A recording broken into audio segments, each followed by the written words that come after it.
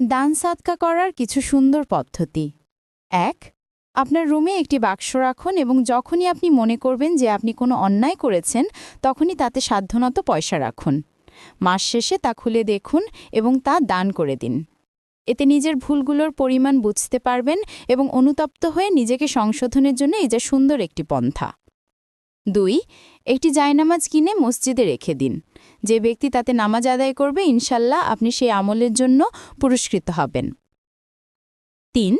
আপনার পুরাতন অথবা ব্যবহার হচ্ছে না এমন পোশাক গরিবকে দান করুন। ৪. একটি বাটি বা গ্লাসে কিছু পানি আপনার জানালায় রেখে দিন পাঠীদের জন্য। এটাও এক ধরনের সদকা। এটিকে অভ্যাসে পরিণত করুন, আপনি পুরস্কৃত হবেন। ৫. বাড়িতে ঢুকার ও বের হওয়ার পথে দোয়া লিখে রাখুন একটি কাগজে। যেই দোয়াগুলো দেখতে পেয়ে পাঠ করবে ইনশাল্লাহ আপনি সেজন্য পুরস্কৃত হবেন। একইভাবে ঘরের